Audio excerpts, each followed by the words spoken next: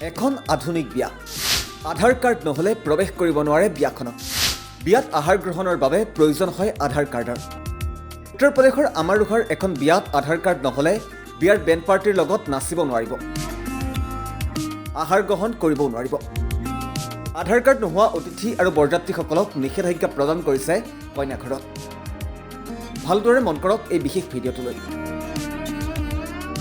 আৰু ইয়াত আধাৰ কাৰ্ড নোহোৱাসকলক প্ৰৱেশ কৰিবলৈ দিয়া হোৱা নাই বিয়াঘৰত দৰাচলতে বৰযাত্ৰী আৰু অতিথিসকলৰ লগতে বহুতো নপতা ভকত উপস্থিত হৈছিল বিয়াখনত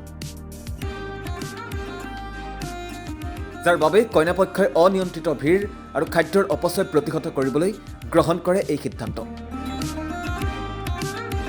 এতিয়া বিয়াৰ এই ভিডিঅ'টোৱে সামাজিক মাধ্যমত সৃষ্টি কৰিছে আলোড়নৰ নিউজ টেক্স ৰিপৰ্ট হিটকিলাৰ